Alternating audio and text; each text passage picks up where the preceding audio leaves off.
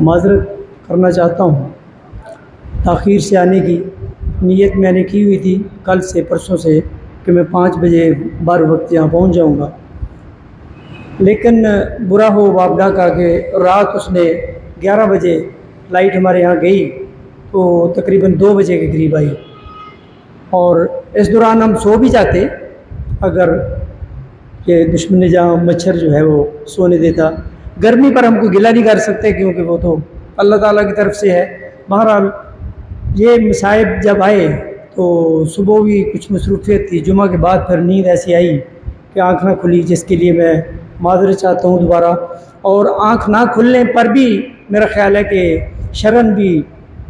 گنجائش ہے کہ نہیں کھلتی تو مطلب جرم ثابت نہیں ہوتا۔ شفقت صاحب سے میں خاص طور پہ معذرت خواہ ہوں کیونکہ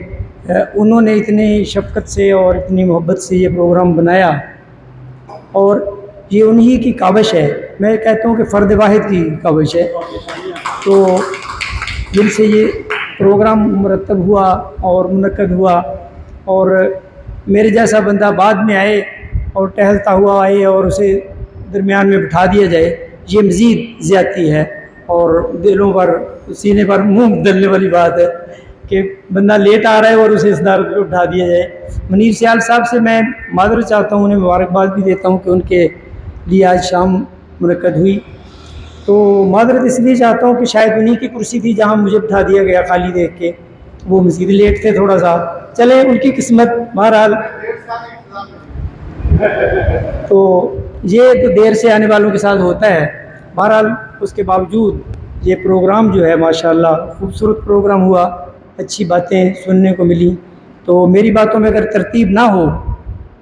تو اس کی بھی میں معذرت چاہتا ہوں۔ یقیناً ترتیب نہیں ہوگی، اگر ہماری باتوں میں ترتیب آ جائے تو شاید ہم بھی شاعر بن جاتے،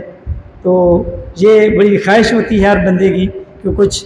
سلیقے کے ساتھ گفتگو کرے، کسی ترتیب کے ساتھ گفتگو کرے، تو ہمارے اندر وہ بات نہیں ہے۔ تو میں آپ لوگوں کا شکریہ ادا کرتا ہوں اور دوبارہ ایک دفعہ معذرت کرتا ہوں، بہت بہت شکریہ۔